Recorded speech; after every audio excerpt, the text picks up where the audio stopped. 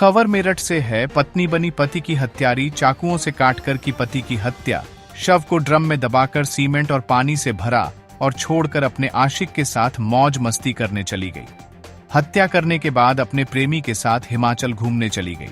वहां से जब मुस्कान वापस लौटी तो उसकी मां ने दामाद को लेकर सवाल किए। इस पर उसने मां से कहा कि मैंने सौरभ को मार डाला है। ये सुनकर उसकी मां और अन्य परिजन हैरान रह गए। पति की हत्या कर शव के टुकड़े करने के बाद पत्नी मुस्कान अपने प्रेमी साहिल के साथ हिमाचल मौज मस्ती करने गई। शिमला से मुस्कान वापस मायके अकेली लौटी। मां ने दामाद सौरभ के बारे में पूछा।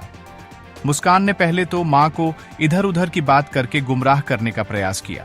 बार बार पूछने पर मुस्कान ने बताया कि सौरभ को मार दिया है। यह बात सुनकर उसकी मां और अन्य परिजन हैरान रह गए। मंगलवार दोपहर बेटी को लेकर मां ब्रह्मपुरी थाने पहुंची। पुलिस को पति के कत्ल की कहानी सुनाई।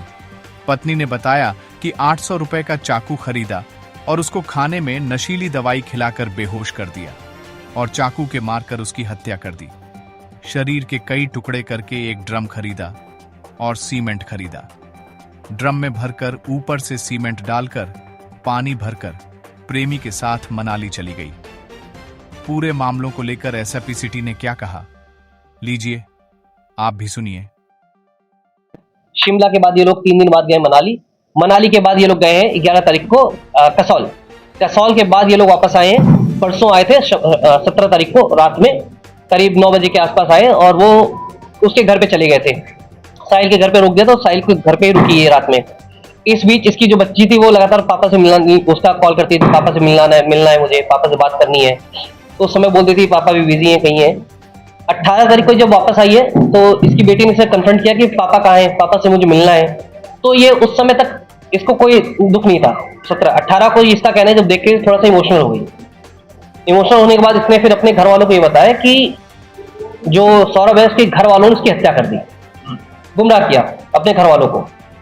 इसके बाद इसके फादर ने, उसके घर वालों ने कहा कि नहीं, कोई माँ बाप अपने बेटे की हत्या नहीं करेंगे। तो थोड़ा पुश किया इसको, थोड़ा सा इसको कन्फ्रंट किया उसके, फिर तब इसने एक्सेप्ट कर लिया कि मैंने ही मारा है, पूरी प्लानिंग बताई।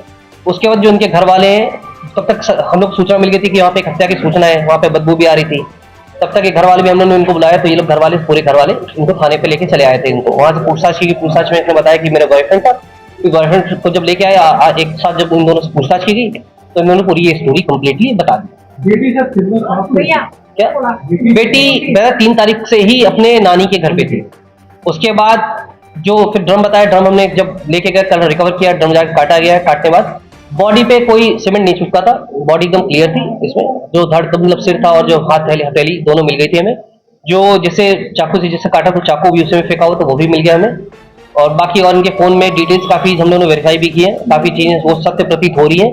कुछ और भी अभी वेरिफिकेशन करना है, जैसे जिस जगह से इन्होंने सामान खरीदा, कहाँ गए थे, शिमला कब गए थे ये लोग, कसौल में कहाँ रुके, वो सब चीजें वेरीफाई की जा रही हैं उसके बारे में, क्योंकि अब ये विवेचना का पार्ट है, उसमें सारी जानकारी की जा रही है। फोन भी हमने इनको एफएसएल के लिए भेजा गया है, क्योंकि ये लोग स्नैपचैट यूज करते थे। स्नैपचैट पे भी काफी चीजें डिलीटेड है। जो आपस में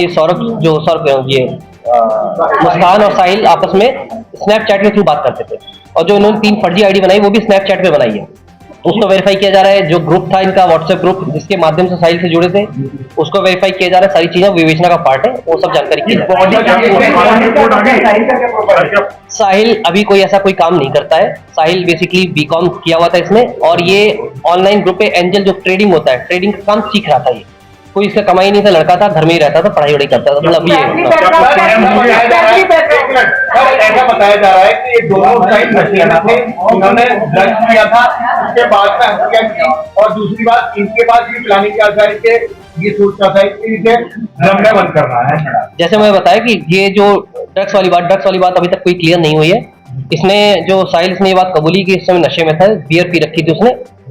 जो ये मुस्कान, उसके अंदर कोई ड्रग्स या उस नशे की बात नहीं बताई गई है, ना अभी तक हमारे पास ऐसे कोई तथ्य आए हैं सामने, ना हमें कोई ऐसा एविडेंस घर से मिला है जिससे ये प्रूफ हो कि ये ड्रग्स या कोई इसमें था। अभी जो उसने बताया कि 1-2 बॉटल